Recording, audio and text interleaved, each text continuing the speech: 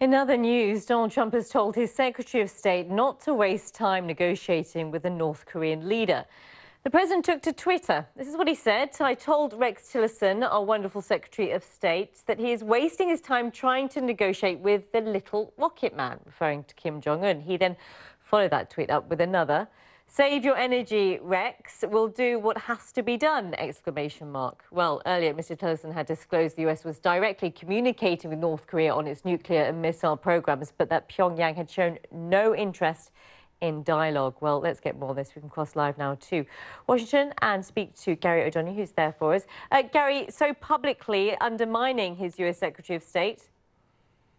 It looks like it on the face of it, doesn't it? I mean, it's an extraordinary way, in a sense, to communicate with one of your most senior members of the cabinet when you could pick up the phone and talk to him. So there's obviously some sort of strategy, I think, at least in the president's mind, going on here. It may be that he thinks there's some value in playing kind of bad cop to Rex Tillerson's good cop, saying that his patience has run out while Tillerson tries to sort of manipulate and operate those diplomatic channels on another hand.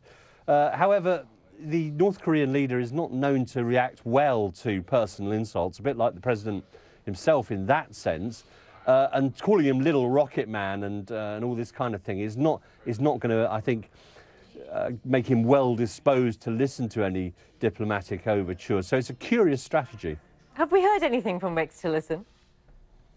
The State Department, under the guise of their spokeswoman this afternoon, did put out a couple of tweets, I mean, suggesting that saying North Korea wouldn't get a nuclear weapon, and it was up to it whether that would happen by force or by diplomatic means. So, in a sense, trying to ride both horses of the president's position and the Secretary of State. And I think, you know, they're struggling to keep up with this as much as anyone else. But it certainly doesn't detract from the sort of febrile atmosphere we've got at the moment, because we've got some big anniversaries coming up, particularly the anniversary of the founding of the North Korean Communist Party in the next few days. And that could see some kind of response to all this, which they often do through military means. Indeed. OK, Gary, thank you very much for that. Gary O'Donoghue there, live in Washington.